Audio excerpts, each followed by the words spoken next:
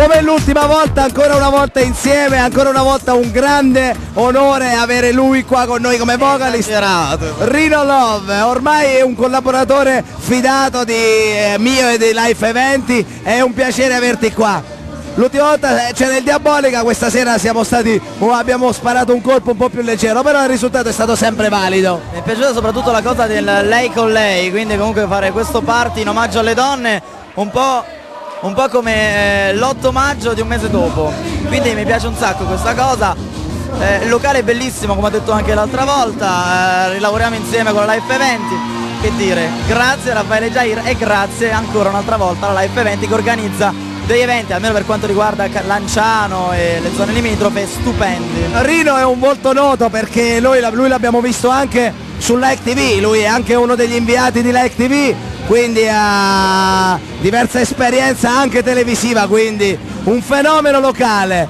E che facciamo? Andiamo a lavorare? Io direi che possiamo iniziare. Magari ci andiamo a prendere prima qualcosina da bere, andiamo a temperatura e poi andiamo a lavorare. Vodka Red Bull adesso c'è proprio appunto. C'è tutta, andiamo.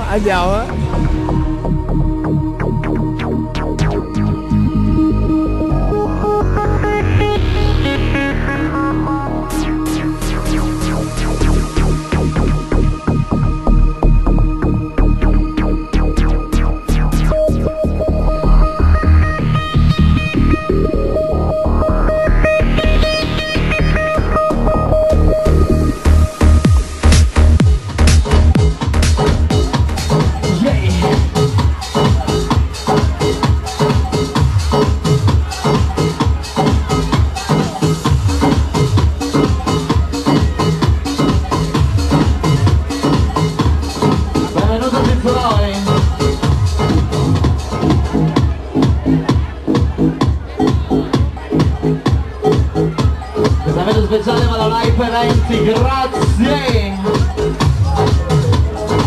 Ringraziamo tutte le pubbliche relazioni.